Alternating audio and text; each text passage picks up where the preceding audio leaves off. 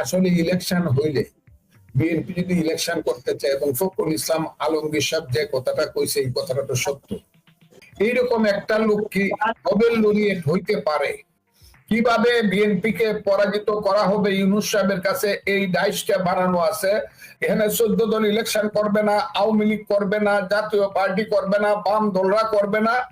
BNP করলেও BNP ঠিক মতো ভাবে কাজ করতে পারবে না। আমরা জামাতরা যে ডাইস তৈরি করে রাখছি সেই ডাইসে আমরা ক্ষমতায় যাবো, তাহলে তারা পারবে। কেউ একজনকে আওয়ামী লীগকে ব্যাকআপ দিচ্ছে কিনা, এবং হঠাৎ করে রাজনীতিতে একটা গোলযোগ অবস্থা, এইটা কোন দিকে টার্ন করতে পারে বলে আপনি মনে করেন? আওয়ামী লীগ কারো শক্তিতে আসতে হবে না, আওয়ামী লীগের শক্তি তো আছে।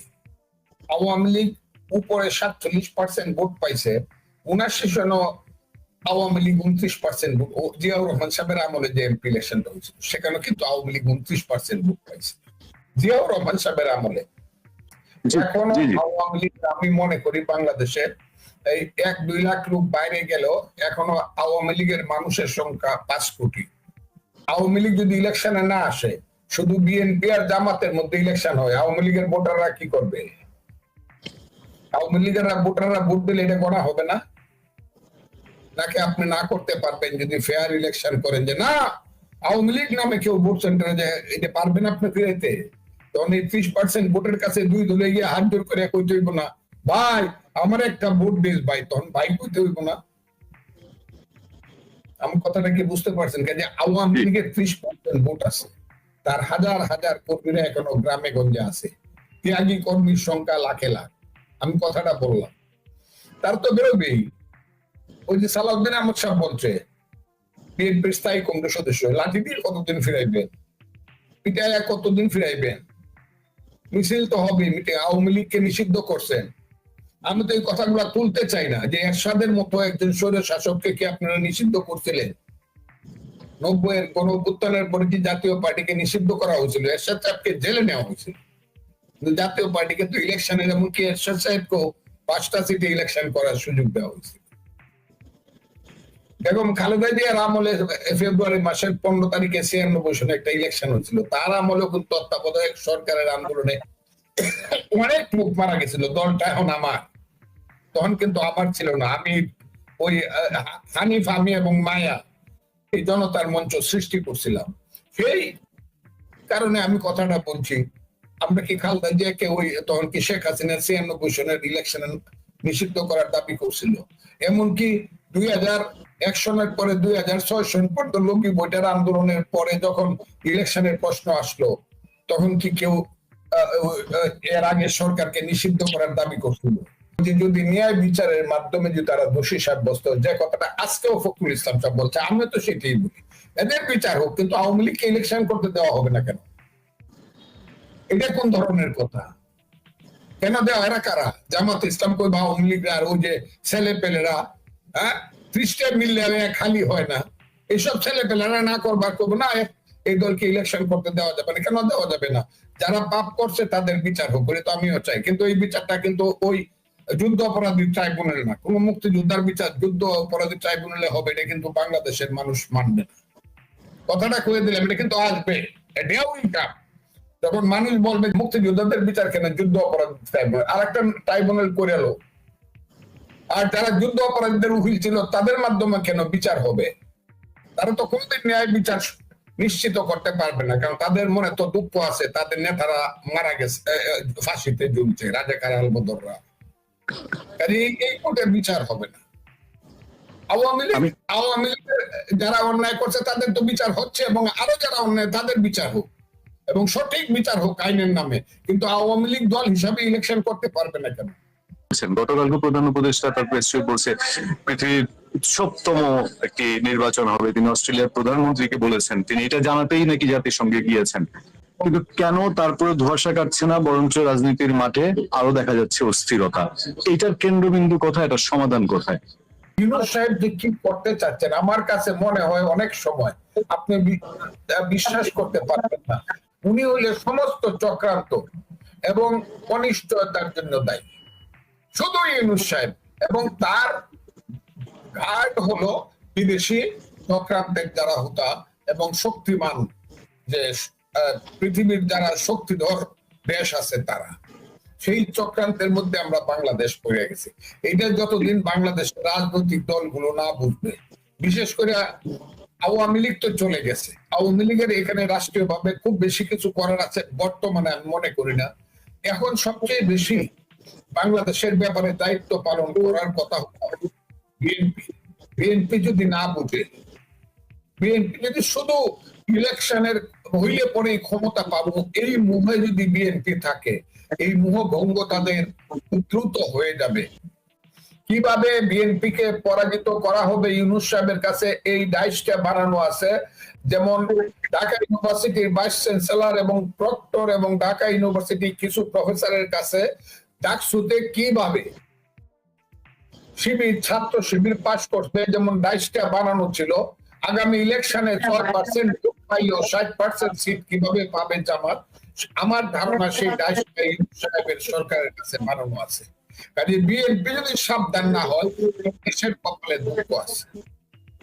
খুব ক্লিয়ার কথাটা, বিএনপি কে সাবধান হইতে। বিএনপি যেন এত কেন পাগল হয়েছে, যে দলটা আজকে 20 বছর যাবৎ ক্ষমতার বাইরে, সেই দলটা কেন এই আজকেই আমার ক্ষমতা চাই, কারণ এত পাগল কেন হয়েছে আমার মাথার মধ্যে কি। যেখানে তাদের কাছে প্রশাসন নাই, তাদের কাছে অর্থনৈতিক দায়িত্ব নাই, স্কুল কলেজ বিশ্ববিদ্যালয় তাদের বিরুদ্ধে সমস্ত জায়গা দখল করেছে জামাতে ইসলাম, এবং তারাই হবে রিটার্নিং অফিসার, তারাই হবে প্রিজাইডিং অফিসার, তারাই হবে পুলিং অফিসার, সেই সব ইউনোরাই হবে অ্যাসিস্ট্যান্ট রিটার্নিং অফিসার। কেন বিএনপি তো পাগল হয়েছে? ইলেকশনটা গেলে যখন পরীক্ষায় 33 নম্বর পাবে না, তখন তো বুঝবে যে কত বড় সর্বনাশ নিজেরা ঘটাইছে।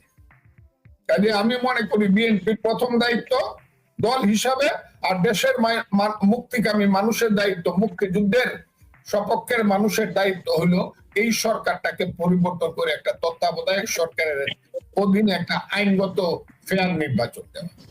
এই হলো কথা। আপনি খেয়াল করে দেখবেন যে গতকালকে যে ইন্টারভিউটার কথা বলা হচ্ছে যে মহাসচিব দিয়েছেন, মহাসচিব অস্বীকার বলেছেন যে না এই ইন্টারভিউটা দেননি এআই দিয়ে বানানো, কিন্তু যখন কথাটা উঠলো যে জামাতে ইসলামী 30টা আসন চেয়েছিল বিএনপির কাছে, বিএনপি রাজি হয়নি, মিথ্যেই বললাম, কিন্তু ওনাদের যে রিয়েকশন, ওনাদের বডি ল্যাঙ্গুয়েজ, ওনাদের কর্মীদের মনে হচ্ছে যে ওনারা বোধহয় কয়েকশো আসন পাবে। এনসিপি বলছে যে বিএনপি 50 থেকে 100 পাবে সর্বোচ্চ। আসলে দেশের বাস্তবতা কি এখন এতই উল্টে গেছে যে বিএনপির মতো দল 50-100 আসন পাবে আর জামাত মেজরিটি পেয়ে ক্ষমতায় চলে যাবে? আপনার কাছে কি মনে হয়? আপনি এই জিনিসটাকে কিভাবে দেখেন? ধরে নিলাম বিএনপি মহাসচিব এই বক্তব্য দেন নাই, আমি এই জিনিসটাকে এইভাবে দেখি, জামাত যদি এত বাপের বেটা হয় যে মেজরিটি পাবে, এত তারা যদি এত দৃঢ় বিশ্বাসী হয় যে তারা ইলেকশন হইলে মেজরিটি পাবে, তাহলে তারা এই ধরনের পিআর সিআর বিভিন্ন ধরনের বাহানা করতেছে কেন? তাহলে ইলেকশনে বাপের বেটার মতো যাইতেই পারে।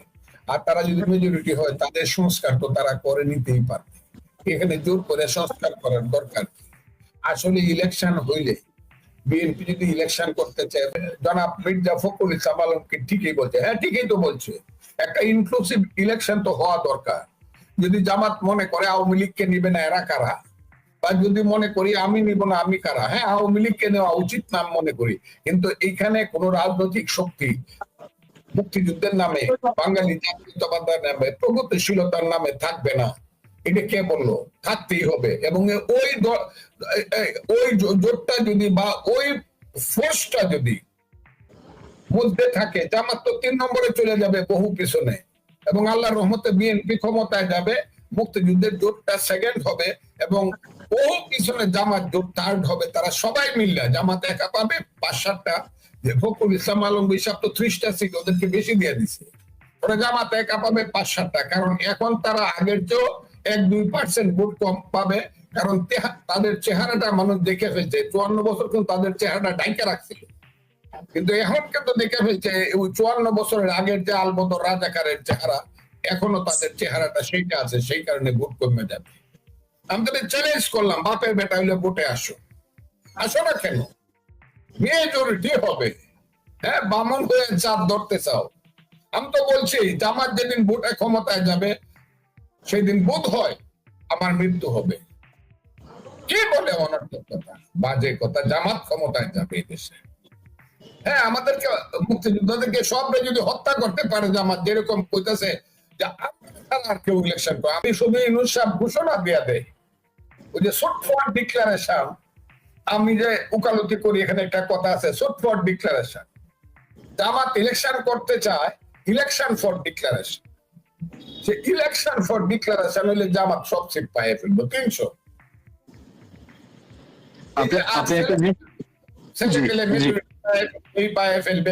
এইসব ছেলে পেলের উত্তর দিয়ে লাভ কি? এদের পিছনে তো এখন একটা কি বলবো, একটা পিঁপড়াও হাঁটে না এদের পিছনে। এদেরকে কে জিজ্ঞাসা করে? এদের কথা জিজ্ঞাসা করে গুরুত্ব দিও না তো, আমারে অন্তত জিজ্ঞাসা করো, কেন পারবেন? আমি দুইটা বিষয়ে দুইটা ছোট প্রতিক্রিয়া জেনে আজকে সংক্ষিপ্ত আলোচনা শেষ করবো। সেটা হচ্ছে, প্রথমত হলো যে ডক্টর মোহাম্মদ ইউনূস খুব আলোচিত, সমালোচিত, বিতর্কিত তিনি একটা আমেরিকা ট্যুর করছেন, এবং সেই ট্যুরে বিএনপি মহাসচিব, আমরা এয়ারপোর্টে যে ঘটনা দেখেছি নিউ ইয়র্কে, বিএনপি মহাসচিব মির্জা ফখরুল ইসলাম আলমগীরের প্রতি কোনো হেনস্থাকর ঘটনাও ঘটেনি, এবং তার দিকে সেই ক্ষোভ আক্রোশ কাউকেই দেখা যায়নি আওয়ামী লীগের যাদের কথা বলা হচ্ছে। সব জায়গায় যেন একটা টার্গেট, সে এনসিপি বা ডক্টর ইউনূস। এই 3 দিনে আসলে আমাদের কি আদতে এই যে রুটিন জাতিসংঘ অধিবেশনে যোগ দেওয়া ছাড়া আর কোনো পাওনা আছে? এই যে রাজনৈতিক নেতৃবৃন্দ গেলেন, আমাদের কি কেন আর কোনো পাওনা আপনি দেখতে পাচ্ছেন? এই বিষয়টা একটা প্রতিক্রিয়া জেনে আমি আরেকটা দিয়ে শেষ করব। আমি আপনাকে একটা কথা বলি, ফখরুল ইসলাম সাহেব যখন যায় ইউনূস সাহেবের সাথে, তখনই কিন্তু আমি খুব কঠিন ভাবে বলছি, এটা কিন্তু খুব খারাপ জিনিস হইতেছে। কেন যাবে আমার মহাসচিব? এগুলো বলছি কিন্তু কত বলবো, টায়ার্ড হয়ে গেছে এত বলতে বলতে বিএনপির সিদ্ধান্তের ব্যাপারে। এখন আমারে সাসপেন্ড করতে, পরে এক্সপেল করে দিন। সঠিক কথাটা বলে কেন ফখরুল ইসলাম আলমগীর দেবে? যেখানে ভাইস চেয়ারম্যান গেছে জামাতের, সেখানে আমাদের একটা অ্যাসিস্ট্যান্ট সেক্রেটারি পাঠাইলেই চলতো, কেন যাবে? ফখরুল ইসলাম আলমগীর সাহেব কার কথায় গেল না, নিজের কথাই গেল না, দলের সিদ্ধান্তে। নিশ্চয়ই দলের সিদ্ধান্ত ছাড়া তো উনি গেছেন। গেছেন, যাওয়ার পরে যারা তাকে বা তাদেরকে অপমান করছে, এটা আমি সমর্থন করি না। এটা আওয়ামী লীগ করুক আর যেই করুক, এই ধরনের ঘটনা বিদেশে আর বাঙালি জাতি বা বাংলাদেশের মানুষের কাছে এখন এটা কলঙ্ক হয়ে বসে, গলার কলঙ্কের ডোল হয়ে বসে। যখন আওয়ামী লীগ সরকারে তাকে বিএনপি সেইখানে গিয়া গোবর দিয়া ডিল দেয়, আবার বিএনপি যখন বা অন্য দল যখন সরকারে, তখন আওয়ামী লীগ বা অন্যরা গিয়া ডিল দেয়। এটা আমরা তো ছোট হয়ে যাচ্ছি, পৃথিবীর কাছে আমরা কলঙ্কিত হয়ে যাচ্ছি। এই কালচারটাই দূর হওয়া উচিত, যে আমাদের দেশের নেতারা বিদেশে গেলে, ওখানে গেলে ডিল দেওয়া, দিন দেওয়া, পয়সা ডিল দেওয়া, সে যেই হোক, এটা করা ইন্ডিয়ার লোকজন করে, শ্রীলঙ্কার লোকজন কে করে এগুলা? কাজে আমি মনে করি না যে এটা খুব good culture, it's a bad culture. এটা পরিবর্তন হওয়া দরকার। আর মির্জা ফখরুল ইসলাম আলমগীরের মতো একজন সম্মানিত বয়স্ক এবং বিএনপির মহাসচিব, যার মতো ভদ্রলোক খুব কম আছে রাজনীতিতে, তার উপরে যদি কোনো ধরনের হয়ে থাকে, আমি ঘৃণা প্রকাশ করছি এবং নিন্দা প্রকাশ করছি। আমি তার প্রতি সমবেদনা। ওনার উপরে হয় নাই, কিন্তু সমস্ত ক্রোধ কিন্তু আমি যারা এটা করছে এদেরকে একদম ছিলে ফেলতাম। আমি জানি ওনার প্রতি সেই রকম, বরং তারা গার্ড দিয়ে ওনাকে গাড়িতে তুলে দিছে, এটা আমি যতদূর জানি। এটাই আমার কাছে তাদের কোন ধরনের ইতিহাস শুধু কলঙ্ক ছাড়া পাকিস্তান সমর্থন করে নাই, বাংলাদেশ সমর্থন, আর কোন শুদ্ধ জিনিস নাই। সেই জামাত কি করবে আমি জানি না। হ্যাঁ, তবে একটা কথা বলতে চাই, যারা একদম ভুলে থাকেন যে আমাদের চতুর্পাশে ইন্ডিয়ার মতো একটা দেশ আছে, আমাদের চেয়ে 32 গুণ বড়, এবং আমাদের চেয়ে জাগতিক শক্তি অনেক বেশি। যারা এই কথাটা ভুলে থাকেন, তারা ওই নিজেরা ওই যে বকাবকি করতে পারেন। পুরান ঢাকার 2 ছাদে ডিলাডিলি হওয়ার সময় 2 ছাদে মানুষের পরস্পরকে গালাগালি করে, সেই সব গালাগালি করতে পারেন, কিন্তু সাউথ এশিয়াতে ইন্ডিয়ার প্রভাবটাকে মাথায় রেখেই রাজনীতি করতে হবে, যে রাজনীতি করতে চায়। 2 যে রাষ্ট্র ক্ষমতায় যে দল চাইতে চায়, রাইট অর রং, ইচ্ছায় অথবা অনিচ্ছায়, অথবা অনিচ্ছায়, ইন্ডিয়ার সাথে যোগাযোগ বা ইন্ডিয়ার সাথে সম্পর্ক রক্ষা করেই চলতে হবে। আমি সবসময় বলি, ইন্ডিয়ার সাথে আমাদের সবচেয়ে খারাপ সম্পর্ক হবে, কারণ তারা আমার প্রতিবেশী। কারণ জমি লয়ে ইন্ডিয়ার সাথে গন্ডগোল হবে, বর্ডার লয়ে ইন্ডিয়ার সাথে গন্ডগোল হবে, নদীর পানি লয়ে ইন্ডিয়ার সাথে গন্ডগোল হবে, নদীর স্টিমার চলাচল নিয়ে গন্ডগোল হবে। আমার কি কানাডার সাথে গন্ডগোল হবে? কানাডার সাথে তো আমার কোনো বর্ডার নাই। আমার প্রতিবেশীর সঙ্গে আমার রিলেশনও সবচেয়ে বেশি, আমার প্রতিবেশীর সঙ্গে আমার রিলেশনও সবচেয়ে বেশি হবে। এবং যে কারণে ইন্ডিয়া মুক্তিযুদ্ধের সময় আমাকে তার সবকিছু দেওয়ার সময় ওগুলো আর আমি যাইতে চাই না।